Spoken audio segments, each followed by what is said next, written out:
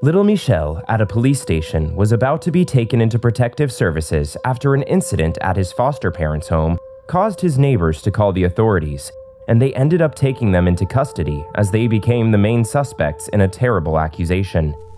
At that moment, he saw the couple walk past him, guarded by a couple of officers, and immediately began to cry. Seeing the boy's reaction, a policeman decided to ask him a simple question, whose answer left them all speechless and unable to get over their astonishment at the shocking confession they had just heard.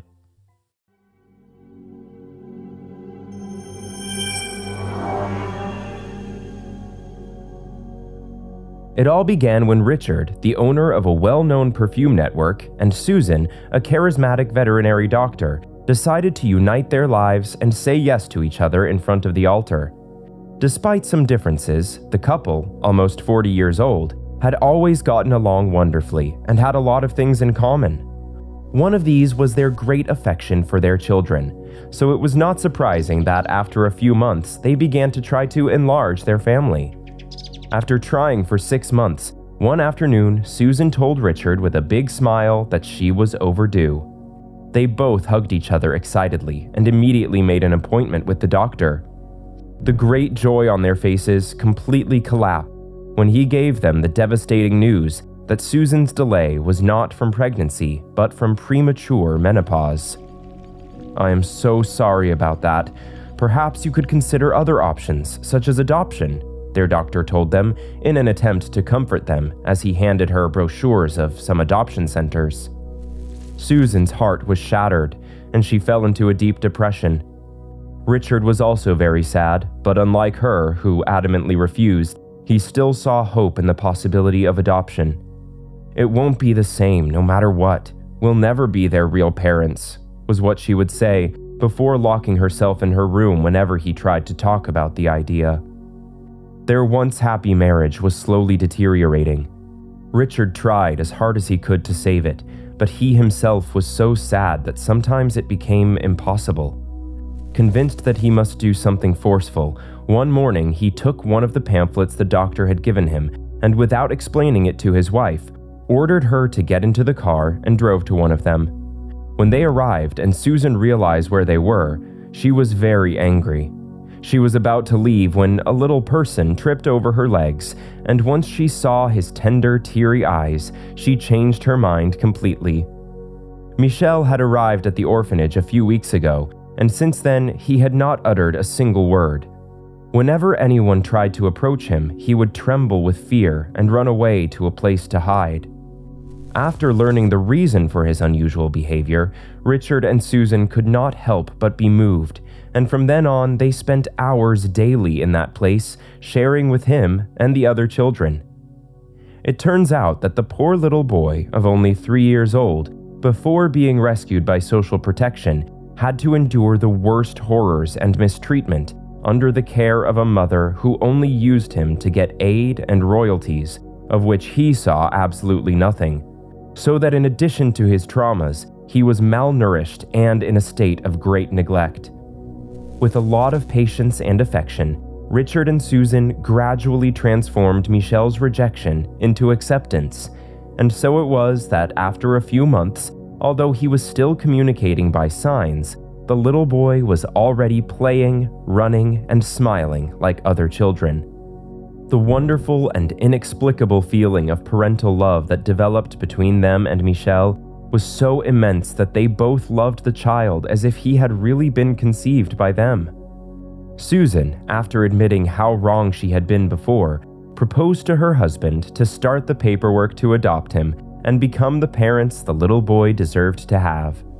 After a long process, Michel was finally able to move in with his new family, who from the very first moment welcomed him with the greatest of joy and gave their all to shower him with love in order to erase the traces of his dark past. Michel was always very happy and adapted very quickly to them. However, there was one thing that caused them some concern, and that was the fact that the little boy was still not saying a word and was constantly having nightmares. One afternoon, during one of the usual visits from the social protection representative, who was going to make sure they were doing well as parents, Michel began to behave strangely So the woman asked Susan and Richard to leave them alone without giving any explanation. Minutes later, she started yelling at them in a very upset state. They did not understand what was happening, and it was then when she showed them a series of bruises that little Michel had marked on his back, leaving them completely bewildered. No matter how hard they tried to explain that they had no idea how the child had gotten those marks, the woman refused to listen to them. Poor Michel did nothing but cry and tremble with fear as she pulled him by the arm and told Richard and Susan that she would take him away and report them to the authorities. The scandal caused their own neighbors to call the authorities. Once at the police station, upon hearing the accusations of the social protection representative, the chief of police immediately ordered that their custody be removed, an investigation be opened against them, and they were locked up while the evidence was being clarified. An officer explained to Michel that he would have to go back to the welfare representatives. When his adoptive parents walked past them in handcuffs, begging to at least be allowed to say goodbye, the little boy immediately began to cry. Intrigued by his reaction, this one asked a simple question to the little boy, who, upon giving his answer, stunned them all with an unexpected confession. "Do you want us to let them say goodbye to you?" "No," replied Michel, breaking his silence for the first time and thereby unleashing dozens of suspicion-laden murmurs against Richard and Susan. "I don't want to say goodbye. I want to go home to them, to my parents, my only true parents. They have only loved me, cared for me, and protected me like no one ever has before. I just want to go home. I don't want to go anywhere with that lady," the little boy continued, surprising them all. And then he ran straight into the arms of Richard and Susan, who were crying in dismay at his sweet words, and at last being able to hear his voice. Hours later, thanks to the statements of Michel, the supposed social protection representative, who was in fact the child's biological mother, who by trickery changed her identity in order to get to him and find a way to take him back, was finally put behind bars. She was the one who had made those marks on the little boy in order to carry out her evil plan. Richard and Susan were immediately released and taken back home with their son, who never stopped hugging them for a moment. Feeling free from his past, Michel is now a full-fledged child who continues to amaze them all, possessing an incredible talent for singing that they could never have imagined. Every day, the happy family proves to themselves and to those around them that the most powerful connection between parents and their children is not in their genes, but in the love they feel in their hearts. This has been today's story. Now it's your turn to leave me your opinion about this story in the comment box. Like and share this video with all your friends and family. Don't forget to subscribe. Now watch this video I have exclusively for you.